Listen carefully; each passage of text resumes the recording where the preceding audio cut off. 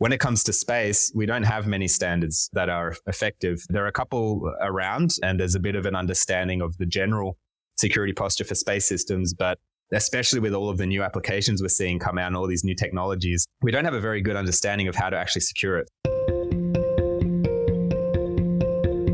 You're listening to KBKast, the cybersecurity podcast for all executives. Cutting through the jargon and hype to understand the landscape where risk and technology meet. Now, here's your host, Carissa Breen. Joining me today is Dr. Jordan Plotnek, who is a critical infrastructure lead partner from Anchoram Consulting and is also a senior space cyber researcher from the University of South Australia. And today we're discussing space and the resiliency around space. So Jordan, thank you for joining the show and welcome. Thanks very much for having me. I'm happy to be here. So firstly, I want to congratulate you on completing your PhD. I mean, it's a big achievement. And I know that when we spoke last year, I think we said before the show it was like 8 months. I think it could be longer than that. You were still completing it. So when we spoke, you said, as soon as I complete it, I'd love to, do an interview. So congratulations again. I mean, it's quite a large achievement.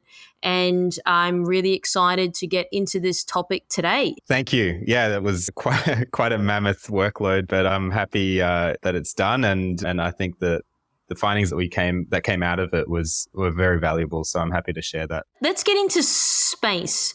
I've never covered this topic before, and I'm probably recorded at the time of this recording about 200 interviews now. So I'm very excited. But maybe let's paint the picture, because I think space is one of those things that people often forget about. And it's not something that I often see at conferences or people touch on it on the show. So maybe as an industry, we're just very consumed by what's happening on planet Earth. But in fact, space is super important. I mean, based on our discussion that we had, when you were like rattling off all the stuff, and I was like, wow, I never even thought about it that way. So I was really intrigued by that. So maybe, tell me everything. Yeah, honestly, when I first started getting into this research, and mind you, I had experience with space before this, but I didn't realize just how critical the systems are up there for life here on Earth. So I can definitely empathize with that kind of shock. But yeah, the reality is that almost everything we do here on Earth does rely on space infrastructure in one way or another. Our banking to our internet and, the electricity grid also relies on these things. And a lot of our critical infrastructure actually relies on it.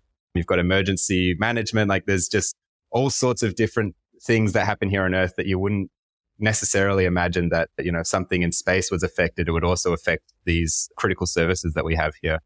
Yeah. Okay. So you said like banking, electricity, internet. So for people listening, perhaps, or just, an everyday person, why do you think people just forget about it? Now, I asked this question because you've got Elon Musk and friends coming out here saying, I'm going to go to Mars and I'm doing all these things. But it seems to me when you put it in from your point of view, it's critical, but yet it's like everyone forgets about it. Or do you think it's more so out of sight, out of mind? Like, we can't see into space from here on Earth. So do you think it's more so we just can't see it, therefore we forget about it? I think it's probably, both of those kinds of things. So, space is an exciting domain. And often when we hear about space, we're hearing about, discovery of new planets, meteors that you just narrowly miss Earth, or, Elon Musk trying to get to Mars. Like these are the sorts of things that we think about. The lunar rover and all of this stuff is very exciting, but, understandably, not much of that is seen as critical. And in fact, those are the elements that we get most visibility of aren't necessarily the most critical things that we're dealing with. They're just potentially the most exciting. So that's where the second part comes in, where, out of sight, out of mind. That's very true. I think, something like the electricity or the electric grid is very tangible. People may not think of the grid itself, but you will definitely know if power goes out. That's something that you feel immediately, and you know exactly that it's your power that went out or your water went out. When it's something in space, it's a lot less tangible. And especially for people who aren't in the sector, you couldn't, maybe your power goes out, but you'd be thinking it's because the grid went down, not because a satellite was hacked. And so, out of sight, out of mind, I think plays a big part of it. I think the other thing is it's often just, up till now especially, it hasn't been talked about that much. I think, we've been using space, we've been relying on space for a while now, since Sputnik sort of kicked it off at the start over 60 years ago. But the way in which it's integrated in our life has been a little bit more, I'd say, subtle. It's not like, one day we didn't have electricity and then we did. With space, it's been a bit more of a slow growing movement until we've got to this point of it being absolutely critical to our society. Wow, yeah, great points. So I'm curious now to know what excites you about space. I mean, you did a whole thesis on it, so clearly you're really invested in it. So I'm just curious to know, like, what is it specifically that just gets you out of bed in the morning? I originally started a PhD actually in electric grid security because to me, I was trying to think of what's the biggest, most important challenge. If someone hacks something and it goes down, what's going to cause the most chaos here on Earth? And the first thing that came to my mind was the electric grid. And so that's what I started researching. And kind of a funny story, but this was around when COVID hit and I was actually in Mexico at the time on holiday and everything got shut down and then I was stuck there for a while. And so I lost, I wasn't eligible for my usual PhD sponsorship from Australia at that point. And so I was looking for other funding. And then that's when the space topic was presented to me. This is also around the same time that Donald Trump launched the Space Force in the US. And so there was a bit more investment going into space research. And so I sort of jumped on that opportunity. And only when I started really digging into it did I realize actually this is the most important thing that I could have been researching because, like the electric grid, that is critical. But that also relies on space systems. So if space systems go down, you could also have the electric grid go down along with various other critical infrastructures. So that's what has become my passion. I'm passionate about critical infrastructure in general. That's been my background. And that is what gets me out of bed in the morning because a lot of cybersecurity is focused on the IT, which generally comes down to data, which generally comes down to money in one way or another, whether it's a lawsuit or you're losing intellectual property. It's all very money oriented. But with critical infrastructure, if critical infrastructure goes down, your society starts to collapse pretty quickly. If you lose power, if you lose hospitals, if you lose transport, if you lose networking and communications, it doesn't take long until society starts to crumble. And we witnessed some aspects of that during COVID, just looking at the food supply chain. And, Australia's hit especially bad with people kind of buying out some critical products. And it became evident very early on that this is critical and society just doesn't function without these kinds of services. You've got all of these bad guys out there, for lack of a better word, who are trying to affect these things, who are trying to degrade societies, who are trying to influence governments. And the way you can do that is through attacking critical infrastructure. And then for me, the ultimate challenge within the critical infrastructure area is space technology because it affects almost all of it. It takes almost all of the most challenging aspects of securing critical infrastructure and puts it into a single technology. And also, it is just pretty cool to think about. So I do enjoy that. So basically you're in Mexico drinking margaritas and researching space. Yeah, it was, that was the benefit of being stuck there was the $1 bottles of tequila. So I can't complain too much. Yeah, that sounds amazing. Okay, a couple of things. What you're talking about is amazing. So I just want to get into this a little bit more.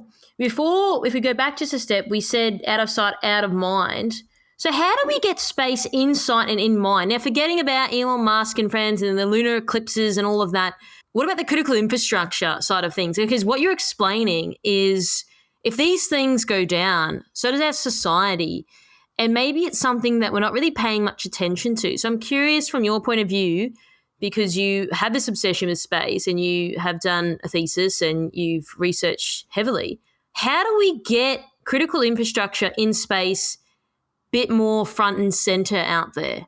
So Australia's been doing a lot of work actually in this area, and maybe not to raise the awareness of how critical it is, but raising the awareness of space technology in general is always a good thing in my mind. And one of the reasons why the Australian Space Agency was set up is that they were able to actually encourage a nationwide discussion and create this vision for something beyond what we have here and this sense of unity, which is very important, especially during times of conflict and kind of political deterioration that we're seeing worldwide. It's important to have a sense of feeling of being a one nation and having this vision for something bigger than us. And so I think the general awareness of space is increasing, which is great. And I think that's the first step, because if there's no point talking about the security of space if no one is aware of what space is and how we use it for life here on Earth. But I think the other part is, at least for me, is coming on to, podcasts with you like here, publishing papers like I do and talking at events and just generally spreading the news, because the reaction I get in general when I talk about this is one, wow, that's crazy. I've never thought about that. And then the second one, is it really that important? This stuff you're describing to me sounds kind of like Star Wars. Like, is that real? Or or are you just sort of, is it a theoretical possibility? And to that question, I always say, well, it is very real. It does sound futuristic. A lot of the stuff we talk about in this area sounds futuristic, but the reality is to date, we've had well over 100 cyber attacks alone against space infrastructure. And I say alone because there are various other ways you can affect space infrastructure. It's not just through cyber. You've got physical weapons like anti-satellite tests, which we've seen a number of times in the last few years, and that causes all sorts of problems with space debris and other issues. The International Space Station actually had to divert out of the way of a space debris field, and on every rotation around Earth has to divert based on a cloud of debris created by a Russian anti-satellite test the other year. And then you've also got electromagnetic threats, so things such as electromagnetic pulse weapons or, jamming that we see. There's also lasers which can be used to affect satellites. So there are a lot of different ways to impact them. And I think, it's quite a big discussion to be had, but it starts with that awareness of actually talking about these things, talking about how important space systems are and how vulnerable they are and how many attacks there are out there against them, and making people realize that this is a reality now and it does have an impact on our way of life. Yeah, look, you make so much sense because, I'm thinking back to when did I hear more about space? I think when I was a kid at school and they'd teach you this thing in science. And then I remember my dad bought me a space book and with the 3D glasses. So then, Saturn and all that would look 3D, which was pretty cool growing up in the 90s. That was it. And then, yeah, of course you hear Elon Musk and friends doing their thing. But then that's all that's really you ever hear from. Look, even, before Elon Musk doing SpaceX, and yes, you had NASA, but even that was still like rare to really hear anything, even on like mainstream media or anything. Have you sort of thought the same? Obviously it's different now because you're in this space and you're researching this space, but would you say this is sort of the same sentiments from other people that you're speaking to? Like as soon as you finish school, you don't really hear much about it. Yeah, well, no, it's true. It's very true. And that was true for me too. I think it's the only reason why I wasn't obsessed with this earlier is that I wasn't aware of it, really. I wasn't aware of, one, that you could even get into this. When you think of this, you just think NASA. You don't really think Australia does much in this area, but that's changing very quickly. And honestly, one of the things that when I first was offered this, to start researching this, I actually said no. Because the things that I dealt with space infrastructure in the past, it was honestly very boring. It was just communications. Like I'm a telecoms engineer, so that's my specialty, but it didn't seem anything special. But when you really start digging into it, you realize that, that there's a lot of really fancy things in there that are quite interesting. And, before this research, I think the thing that started piquing my interest was I started dating my partner, Sabrina, who is actually really into sci-fi. And I don't consume much TV or media, so I hadn't seen many things in the past. And so she sort of introduced me to this world. And a lot of that is focused on space. And, just sort of made me start to think as well and made me start to get interested in it. And, that's obviously very futuristic and not exactly representative of reality, but it is an exciting thought to start to think about. And then when you realize that it's actually a field that you can get into, that's when I started really getting interested. You said there's a couple of fancy things in there. What are the fancy things? When you're looking at it from an engineering perspective, it can just seem like, okay, we've got this link here, so now we can communicate from this part of the world to the other part of the world. When you start delving into it, you start thinking about things like quantum communications. You look at like artificial intelligence, which is used in various different ways now and is starting to, there are a lot of interesting use cases coming out around it. There's onboard processing, which traditionally satellites have been built for a very specific purpose, and a lot of it would be built into, kind of hardwired in the electronics and the way that it works to get it as efficient as possible and therefore as lightweight and using as little energy as possible. These days, with advances in solar power technology, we're able to get more power to the systems and we're able to do a lot more on board. So within the satellite, you can actually have advanced onboard processing, which allows you to essentially have a little computer on there where you can do all sorts of different types of things that we haven't been able to do in the past. Just yesterday, there was a satellite that was launched actually, which it's called Moonlighter. It was launched by the US and it was launched for the purposes of security testing. So they're planning to do some cybersecurity tests on there. They're planning to have a competition to see who can hack it. And to be able to do that, they've got an onboard computer, which you're able to do all sorts of things like put malware in there, for example. In the past, this has been very challenging because the resources have been limited to be able to do these kinds of things. So yeah, when I say fancy, I mean, these things that are in space used to be just single purpose. And now we're coming up with all sorts of really crazy applications and as we're heading to Mars and building lunar infrastructure and space hotels and space tourism, it's just going to get a lot more interesting. There'll be a lot more technologies brought in, a lot more vulnerabilities to look at and try to protect, and just a lot more cool things in general coming out of this area. I love all of that. And you're right. It's wild. I want to, though, focus on our economy, how heavily reliant that we are on space satellites, which you've clearly touched on quite heavily here today. And then you made a point before, Jordan, around, how fast would society crumble? So just say hypothetically a whole satellite goes down for whatever reason, it was hacked, shot down, whatever. How fast do you think our society would start to crumble if that happened? And then if they started to go down one by one, I don't know, have any sort of barometer, but you do. So I'm curious to know. Yeah, so there are actually a few things to consider here. So one, you need to consider what type of satellite it is. You've got, I don't want to get too technical here, but LEO, MEO, GEO, which means low Earth orbit. And then you've got geostationary orbit, Earth orbit, and then they're sort of your two ends. So your low Earth orbit is really close to Earth.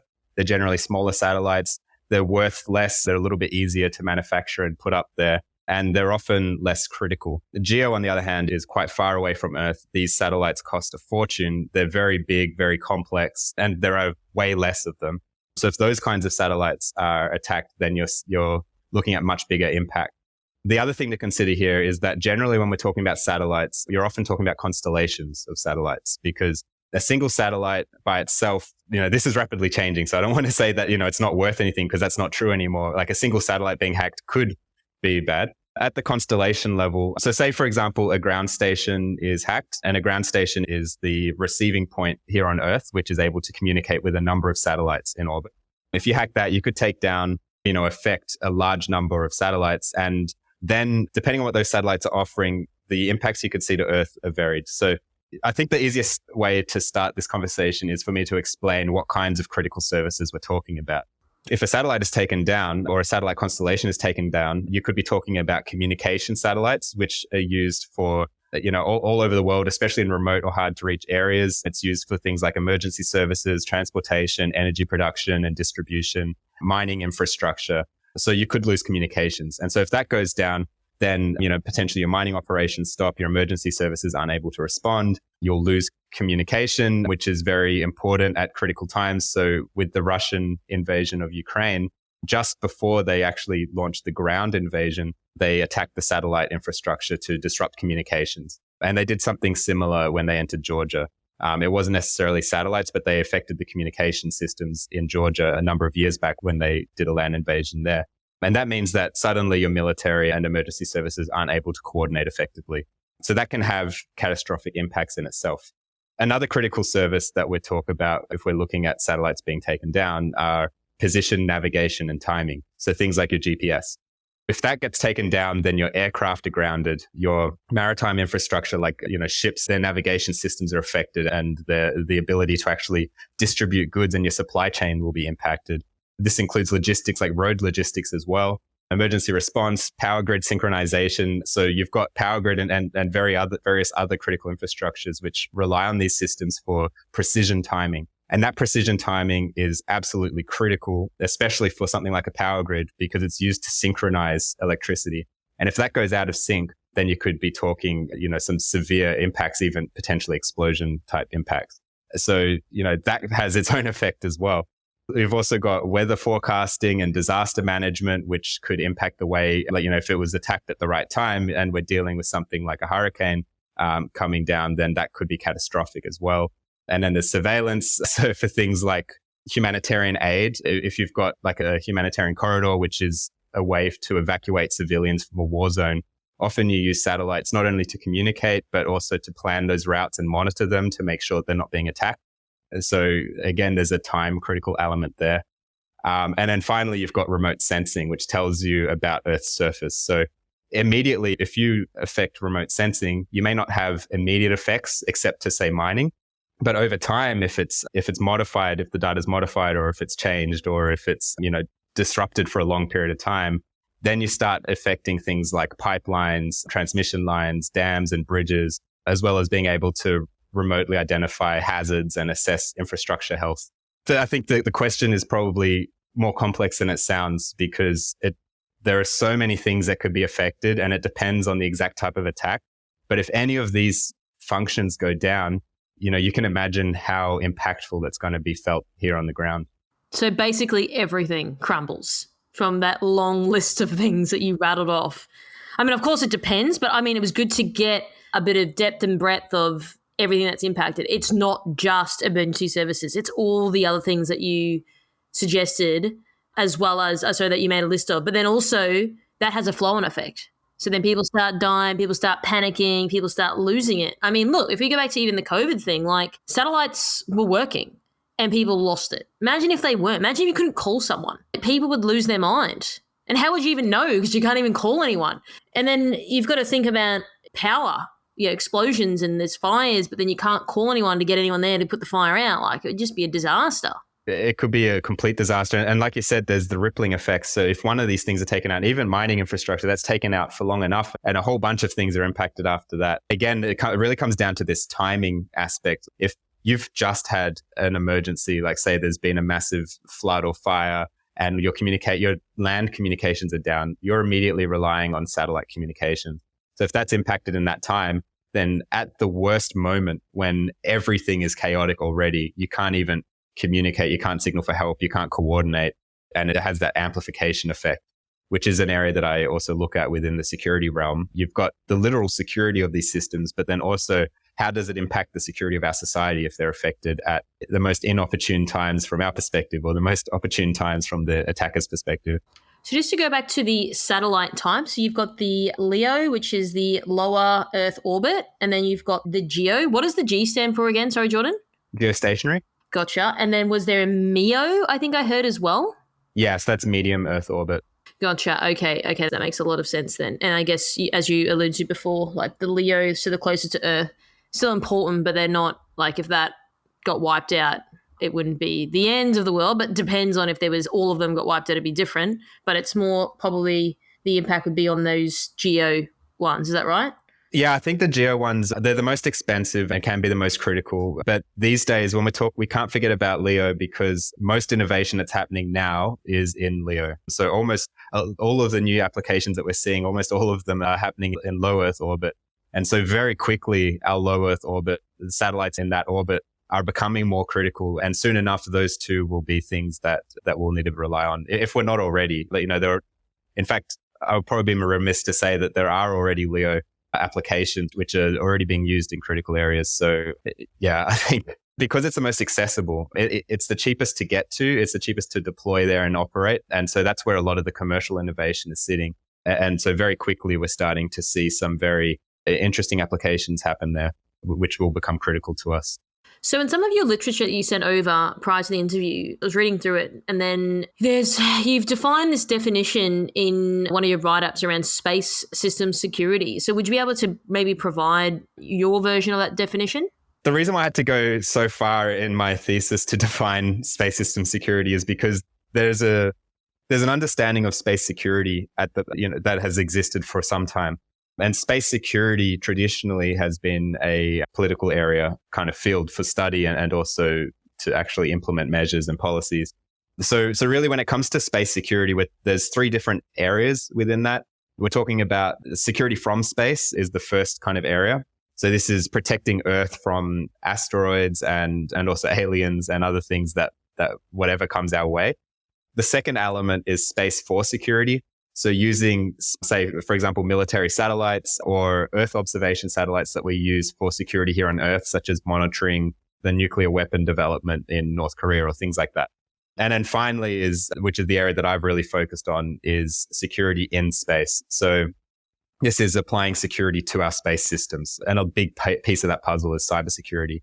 And when we're talking about security in space, or what I call space system security, then the real definition here is the assurance of the services, the control, and the confidentiality of a space system. So the services are those things that I talked about, the things that we actually depend on, your communications, your position, navigation, and timing, your remote monitoring of Earth. And then you've got your control, which is maintaining control over the satellite itself. You don't want a hacker to come in and take control over your satellite or any other space system for that matter. That could be the end of the mission. And then finally, the confidentiality, which is important in certain applications. Obviously, the military side relies on confidentiality, but then there are other elements as well where confidentiality needs to be considered. Would you say we have assurance around space systems security at the moment? I would say no. I mean, it's a broad question, but in general, I would say no. Does that worry you? Yeah, definitely. There are reasons why that's the case. Like, I'm definitely worried. Like, space is very critical. And like I've said, if you don't have security there, which for the most part, can't say our security is spectacular, then, all of these services here on Earth will be affected. But I take courage in the fact that we are starting to make some movements in this space. I think there's a lot of interest in the area. I think some of the more critical government kind of driven applications do have that security lens. But when now this second space race, or new space as it's called, it's been a private enterprise thing. So suddenly companies are coming to play. And, whenever we're talking commercial reality, we need to get product to market as soon as possible. And as you've probably discussed with many other people, security often drops to the bottom of that list. If you're trying to get a product out quickly and you've got a lot of competition and we're in a race, a global race, you just want to get something out as soon as possible. And often security is left out of that equation because it's expensive, it's slow, it's a bit annoying. We don't necessarily know how to do it properly anyway. And so then it just gets left out, which means that we're left to be more vulnerable. So there's elements there which are secure, but I think in general, we're not really doing that much beyond encryption. And even with encryption, that's not a guaranteed. So you're telling me, Jordan, that us as a society on Earth are relying off people's goodwill and a bit of a Band-Aid solution at the moment? I mean, it can feel that way. It can feel that way, especially in my shoes when I deal with this every day. I think it's a little bit better than that. The reality is, to be able to get to an actual space system in space, there's a lot of things that have to be, there are a lot of other things that you can put barriers in place before you get to the space vehicle. And the space vehicle isn't necessarily the most critical component, depending on the size of your constellation. You've also got the ground station, you've got the communications link itself, you've got the people involved, and you've got the supply chain, which is extensive. But the reality is the ground station is what communicates with the satellite. So in general, if you want to communicate with a satellite, you need to compromise the ground station. So right now, I'd say that the ground station itself uses a lot more traditional cybersecurity measures, which means it's a bit easier to protect. And I'm not saying it's easy, but it's easier because we've got a lot more understanding of how to protect IT systems and how to protect, networks here on ground. But then there's the operational technology element, which is often left out. And this is critical infrastructure wide. When people are investing in their security strategy, they often invest in the security of the IT business systems. And then, maybe 90% of the security budget goes there. And then the other 10%, if we're lucky, is for the OT environment, the operational technology environment. And so that's your weak link. But that is the link. So I'd say right now, that's where a lot of the security is in the ground station. But there have been examples where that's been compromised. And then once you've got communications to the satellite, there are very few satellites out there that have any built-in measures to protect themselves. So that's when it starts becoming pretty dangerous. So from my understanding, Jordan, space satellites are classified as critical infrastructure, which means that they fall under the Security of Critical Infrastructure Act. Most people know it as the SOCI Act. So you mentioned that it's quite loose with the requirements around satellites. So maybe give me a little bit of a lay of the land on this front. Yeah, sure. So I think, SOCI is a very important step to securing Australian critical infrastructure. And I think it was a really good move by the government. It does include, with the SOCI update, it does include space technology now as a critical infrastructure, which is fantastic. The SOCI requirements itself are one thing, and I think most people in the security industry would agree that the actual requirements of the SOCI Act are pretty basic. The reality is that, that although they're basic, most of the critical infrastructure industries don't have it in place, so it has been a big wake-up call. But in general, it focuses on a risk management program, which every company should really have one anyway. The ability to notify of cybersecurity incidents that have affected anything critical, which again shouldn't be such a big ask. And then a few other things which are more about allowing the government to respond to things, so that the Department of Home Affairs have got additional powers to be able to compel owners and operators of critical infrastructure to act in relation to incidents. But when it comes to space, one of the things for SOCI were to allow sector-specific standards. So there's no The reason why SOCI is quite broad is that every critical infrastructure sector is very unique and has its own security challenges and considerations. And so SOCI allows room for each sector to implement their own security standards. When it comes to space, we don't have many standards that are effective. There are a couple around, and there's a bit of an understanding of the general security posture for space systems. But especially with all of the new applications we're seeing come out and all these new technologies, we don't have a very good understanding of how to actually secure it. So there aren't sector-specific standards for space systems here in Australia. And even when you refer to the international standards that exist, they're quite general. And then on top of that, because space relies on such extensive supply chains, often a lot of space companies don't actually fall under the SOCI Act, because the SOCI Act defines space technology, critical space technology, as the actual position, navigation and timing application, space domain awareness, weather monitoring and forecasting, communications, remote sensing, and facilitating access to space. So something like a launch pad. And that's great, but those are services. And most companies that exist in the space sector here in Australia are some sort of supplier to that. So they may make a component, they may make a piece of software. They're not actually delivering these services themselves. So they don't fall under the SOCI Act, which means that they're not liable to implement these measures. Wow. Okay.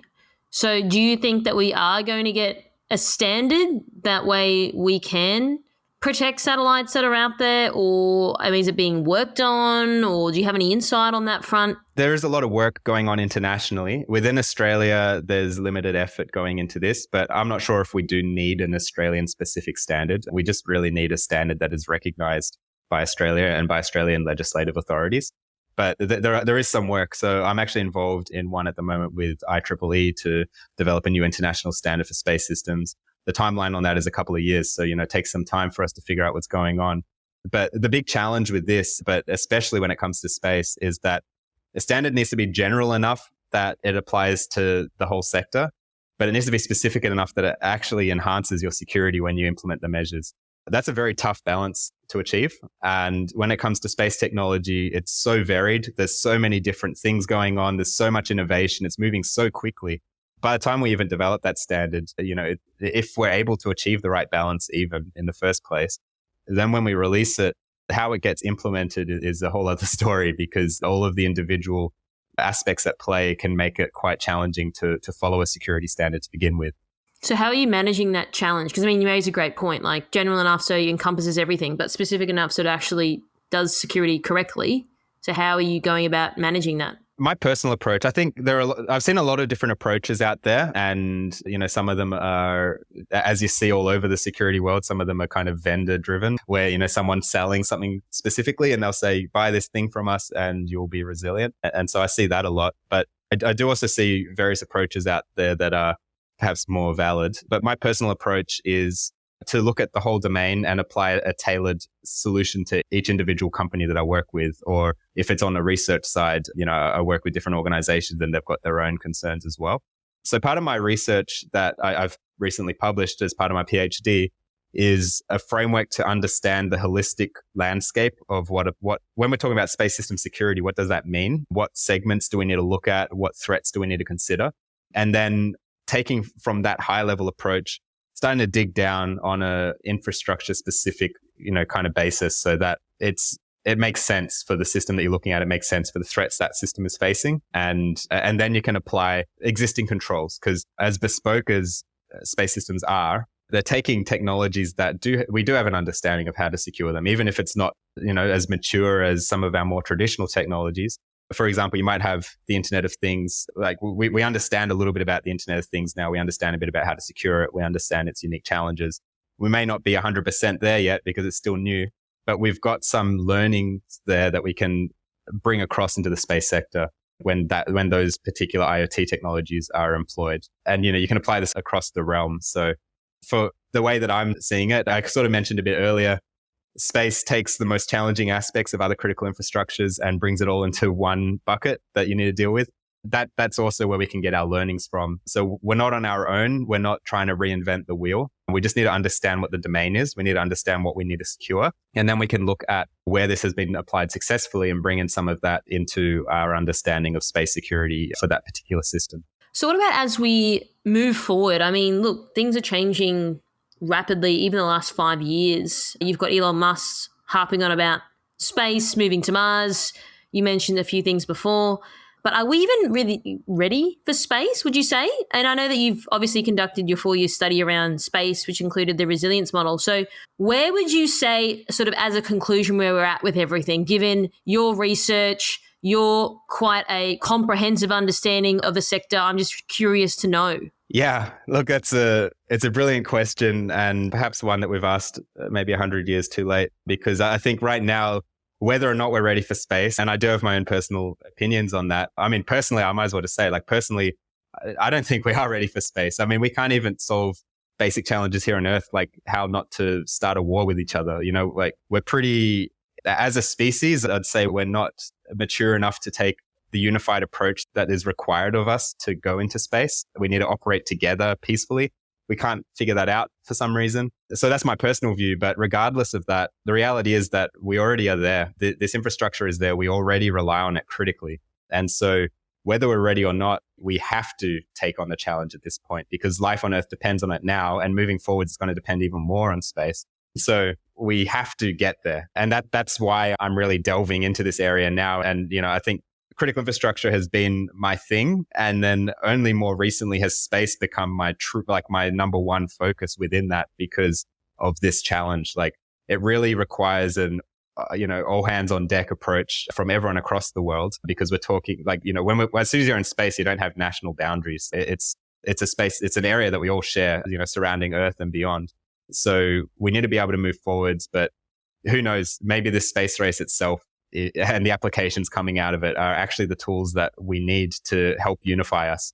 It's through space technologies that we have instant global communications. We're able to live stream what's happening at the front lines of a war zone. We're able to see firsthand what's happening, in different countries. And the internet is still relatively new, and we're only just starting to see the extent of how this is impacting humanity as a whole, and also individual psychology. And so I think the space challenge, the space race, as well as, this growth in the internet, which is tightly linked to space, gives us that perspective that we are all one. We all exist on the same Earth, and potentially that itself will get us ready to be where we already are. Wow, space race. Well, time will tell. I think it was absolutely exceptional to have you on the show today. I mean, just your knowledge, your understanding, and contextualizing a lot of the things that you've spoken about today. I think that's been exceptional. So do you have any sort of final thoughts or closing comments you'd like to leave our audience with today? I don't want your listeners to come away feeling, like they're not able to sleep tonight. I think my final message is that I'd like to put out there is really, like, all of these things that we've talked about. The main point is space is critical to us on Earth, whether or not we recognize that. It is critical. It needs to be secured. We're in the process of doing that. Potentially we need to move a bit quicker than we are, but we're doing it. And so I think the future is bright. The present requires a lot of work, but I think we're getting there. And it is exciting to see us pull together as a human race across countries to challenge these big problems. Well, it's having people like yourself that had an interest and you invested your time to explore more about the space and do the research. And it's people like you that are moving the needle. So I really genuinely appreciate you coming on the show today to share your thoughts, your insights, and some of your knowledge. So thanks very much, Jordan. I really appreciate it. Thanks, Carissa. Thanks for having me. It was great to be here and talking about these things. Thanks for tuning in. We hope that you found today's episode useful and you took away a few key points. Don't forget to subscribe to our podcast to get our latest episodes. This podcast is brought to you by MERCSEC, the specialists in security, search, and recruitment solutions. Visit MERCSEC.com to connect today. If you'd like to find out how KBI can help grow your cyber business, then please head over to kbi.digital. This podcast was brought to you by KBI.media, the voice of cyber.